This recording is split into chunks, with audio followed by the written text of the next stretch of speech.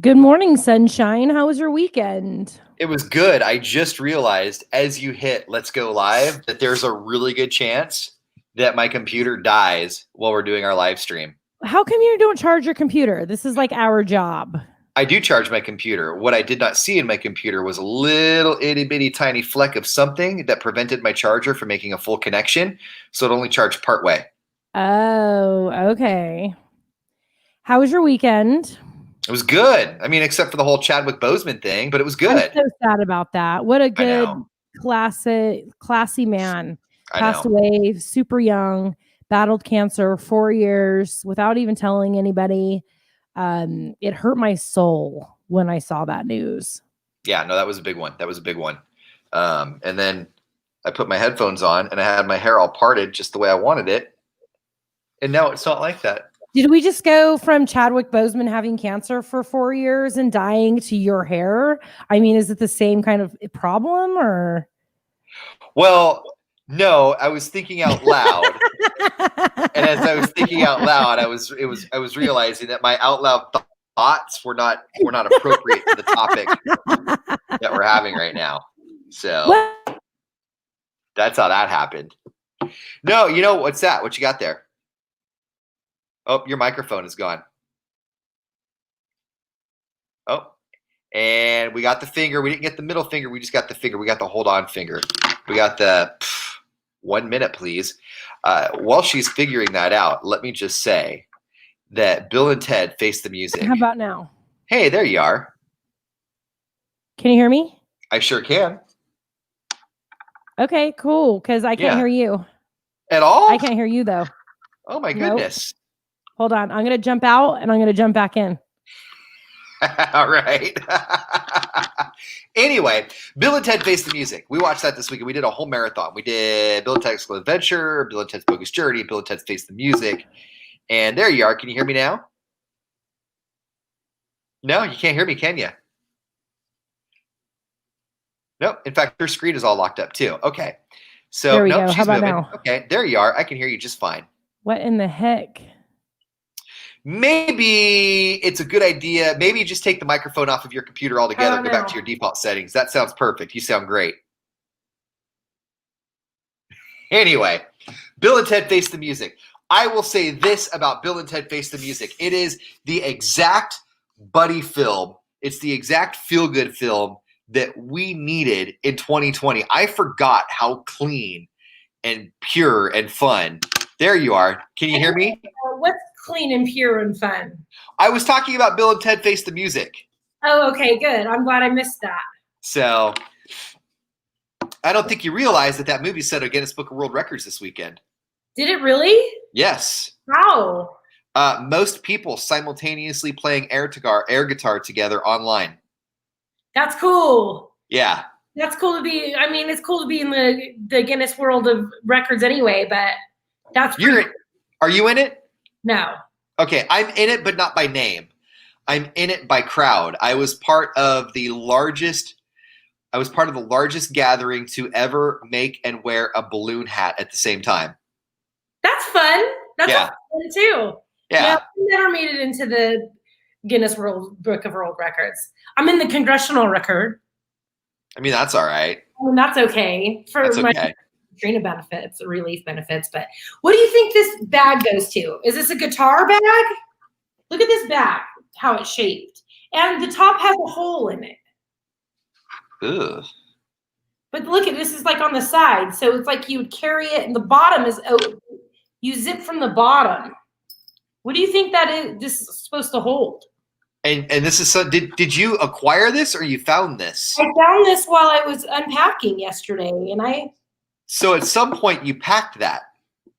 Yeah. Some point it was with all my other bags. We just don't know what it is. No. Does it go to your paddleboard? Does it go to it goes obviously to something large. And we have something that has a small top but a big bottom because it needs to go through here. There's a little hole through here too, but what's shaped like this? Maybe that's a bag for bags shaped specifically like that. so you can put the bag inside of that. You see what I'm saying? Yeah. Yeah. So maybe it's a bag specifically shaped like that for a bag specifically shaped like that, so you can take the bag and put it in there and not wrinkle it. I don't know. Obviously, I've never used it. It's still crazy white, and I don't know. I don't have anything that's shaped that way. Well, then I don't know how to help you, Madden. I tried. I did what I could. Okay, so this weekend, so here we've talked about it before that you and I are both like super ADHD. Yeah.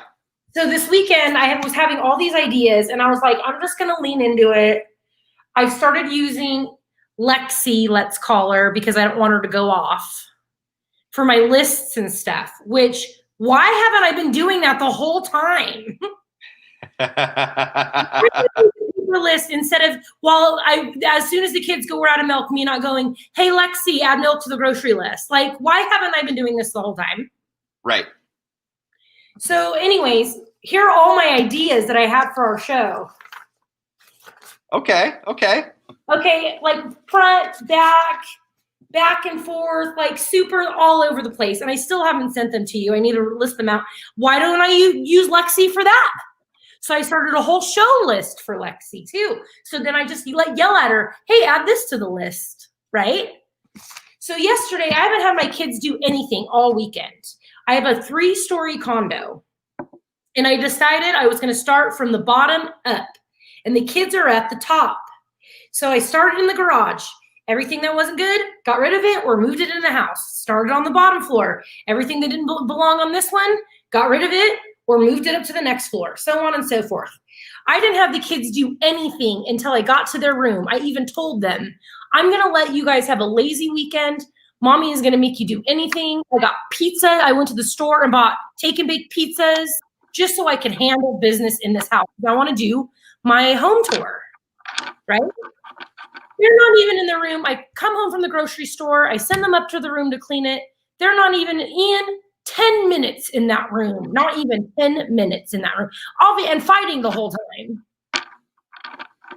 And Layla comes down and goes, I'm hungry. We haven't had lunch yet. Can you make me a peanut butter and jelly sandwich? And I look and it's 1:00 and I go, you know what? You're right. I'll make you lunch. Joey comes down. She's just trying to distract you. She's not hungry. And I go, what? He goes, Layla knows that you're going to forget that we're supposed to do this if she asks you to do something else. So she's asking you to make her a sandwich. You don't remember doing this stuff when you were younger? No. Oh my God. I used to, okay. Stealing from your parents is never okay. Let me start by saying that. But with my mom, I found, and Layla's caught on early, and I'm so proud, that the best way to get away with something is to just do it right in front of their face. I used to literally, we had this big island in our kitchen, and I need to preface this. I was 16 when I was doing this. This is not 42-year-old Ian, and I don't condone this. But I used to talk to my mom face to face, about 3 feet away from each other, and I would keep eye contact with her. And I was at the counter at the island, and I would always get on the other side of the island where there was just a little tiny lip where you couldn't see what my hands were doing. And as I was talking to my mom, I was reaching in and pulling out 20s and sliding them into my pocket. And then what? And then what would she say? Nothing. And then I would walk away and go spend the money that I took that I should not have taken because I was a little thief. But that's what I'm saying. You do it. So we had this very strict rule growing up. You could not eat in any room other than the kitchen. If you had food, it went in the kitchen or the sink. That's it. If Dad caught you in the room with food, you're done. You're toast. I would make waffles, butter them, cut them, put syrup on them, and walk up to my room in front of my mom. But as long as I kept eye contact and just kept talking to her, she would forget that I had waffles in my hand. So she would just forget. She would forget, or she would just be like, is he actually doing this, and not say anything? No, she wouldn't be paying attention because I would, whatever I was talking about. So I think that this is the disconnect sometimes that parents have with their teenagers. They get so excited that you're talking to them that they just keep talking and they don't want you to stop. So I would just be talking because that would keep them talking. And then I could slowly move away. But as long as I kept talking, they just didn't pay attention to anything else other than the fact that we were talking. And I could do everything right in front of their eyes. And as long as I kept talking, they never even noticed. Really? Layla, I'm telling you, I'm so proud of that girl right now. I think she's figuring that out. Yeah. And as soon as she was done with her sandwich, she goes, "Can I have another one?" I go, "When you're done with your room, get up there." Yeah, that's what I'm talking about. Yeah. She knows what's up. Yep. And then she wasn't feeling good. And that's the one I would always do. I'm not feeling well. But I can get up. You felt fine all day. Oh man. Man, oh man, oh man. I am proud of that little girl. You know what? I know it's a struggle for you right now, but I'm proud of that little girl. Oh, thank you. Thank you so much. I appreciate it. You know what too? You know, this because you did because Joe grabbed the kids when school shut down last time because we didn't think that this was going to be a permanent thing, and you were working mornings, and so this was kind of like a logistics thing for you. But you get to start distance learning with Chromebooks in a week or two, don't you? Yes. So I have to go and register the kids today. But I had the kids for a couple of weeks before school ended, and I hated it. Yeah. No, this is better but worse. I promise. It's better but worse. Okay. I have a schedule. We all know what I'm like with schedules. But I have written a schedule because if me and the kids do not stick to a schedule, it's going to be absolute chaos. And just actually looking forward to it. So schedule is absolutely the right way to go in my experience with this so far. I did a schedule too. I've got two pieces of cardboard that has their weekly schedule on each one, from their teacher, and then they cross it off as they go along. I ordered PE equipment. I ordered big cork boards for all of us to stick right in front of our workspace so we could see what's going on in front of us, because Layla and I especially need that visual right in front of us. And I need it too, because like all these ideas I wanted to pin to a board in front of me so that I could write them all down, you know? Right. So I got us those, and then I go register them today, and I guess we'll find out what's going to happen next week. It happens next week, and you and I are going to take vacation next week. So I'll have the whole week of vacation, the whole week, to not have to do the show, because the following week I'm going to have to be doing the show and running in between to do, help them. So here's the fun and the not fun with the distance learning so far, at least for me. Maybe your experience will be different. It's good that you have a schedule. The schedule has saved me. Last year, everything was so chaotic between the teachers and them learning how to do it and us learning how to do it. And then we also didn't have Chromebooks, by the way. KOP.com to donate to our Chromebook drive. They make all the difference in the world. Anyway, the schedule makes all the difference in the world. They are way more organized, everybody, it seems, this time around than last time around. However, it's every single day, which I get school is every single day too, right? But the difference... Like, what do you mean by that? The difference between this year and last year is that last year when school shut down, some of it counted, but for the most part, it didn't really count. If they were on the Google Hangout was like a special thing the teacher was doing because she just had a few extra minutes and she was like, hey, let's do a Google Hangout. Like now it's really structured. And so you're forced to be structured because the teachers are structured, which is great unless you have a family full of people that aren't structured. Yeah. So then you funnel in. Yeah. And I was telling the kids, we're going to enjoy this weekend, but we have to be structured. Right. Because the beginning of the year, when everything opens and I go back to work and they go to school, they have the morning routine. They're on their own. But here's the thing with that. Stick to the structure, but expect the structure to crumble every day.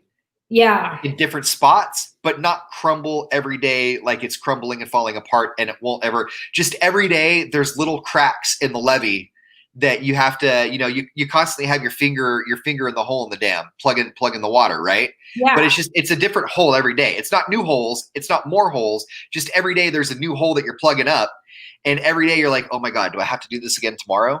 Like you stick to a schedule, but the schedule is what keeps you from not pulling all of your hair out, just some of your hair. I know.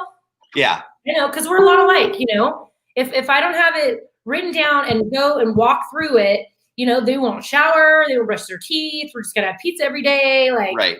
there's nothing, it's chaos. And I can't just run to the store up here. Right. So anyway, it's the thing that pissed me off yesterday is because I'm going grocery shopping, and I would prefer not to take my kids with me to the grocery store. They're old enough to stay at home for a couple hours by themselves. I don't care what anybody has to say about that. I'm a single mom. They don't want to go, and I don't want to take them. It's Corona, right? You know what? I'm going to pivot here for a minute because of something you said. I was 6 and 7 years old when I was home alone for hours. Okay. Yeah. I feel that we're in this era right now. There's a handful of parents. There's a handful of parents that get it. Okay. But we're in this really weird era right now. We're in a helicopter parenting era because I remember, and this isn't me going like, hey, back in my day, just things were different. I wasn't a latchkey kid, but I had all my friends were latchkey kids. Michelle tells me all the time she remembers walking all around Manteca when she was younger with her friend at like 6, 7, 8 years old by themselves. Now, I get that it's a little different. I get it's a little different in that the Bay Area has moved into the Central Valley and that things are different now socially than they were 15 years ago, but so much to the point that when we leave our house, we have to justify leaving children home alone that are like 8, 9, and 10 years old when we all did it. Like the people that you're worried about on the streets where we were walking around when we were 6 and 7 years old are not in our house. And my kids know how to keep the door locked. So why am I feeling bad saying, hey, Michelle and I went and did some shopping and our 9 and 10-year-old were home alone for an hour and a half. I was 8 and doing that stuff solo. Yeah. And I tell the kids, no, there is not a single person that needs to be stopping by here. Right. Grandma and grandpa have a key. So the home situation is the second floor up usually. The bottom floor is just my office and the garage and stuff. So I told them, even if somebody knocks on the door, don't say hello. Don't even look outside. Don't even come downstairs. Right. If it's grandma and grandpa, they can get in the door. They have a key. Don't. And it's mommy only. We've put this really weird thing on having kids home alone now, like there's something different about being home alone now than there was 15 years ago. And there is. It's safer now than it was 15 years ago. When you and I were home alone, we didn't have cameras. We had a rotary phone and that was it. We've got cell phones. My kid can hop online and get on kids' Facebook Messenger and hit me up with a message if his phone isn't working. We've got a landline. We've got cameras. Dude, the best thing I did was set up the kids on the family sharing text. Yeah. I'm at the store and they can text me, Mommy, I love you, or they'll text me their fights or anything. But it was like, but when I'm gone, I just feel so much better about it. There's seven different ways that my kids can get a hold of me. One of them, and I always told them, if all else fails, go stand in front of the Ring camera in front until I see you, because I look at all motion in the front door. So go stand there. And there's been a couple of times where messing with me, they went and stood in front of it to get my attention.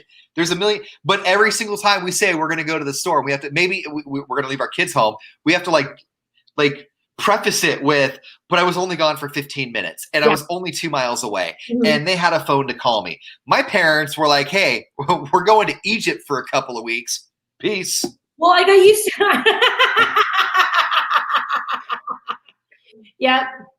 Yep. All right. So, we'll see you at 8:30. Bye, guys. Bye, guys.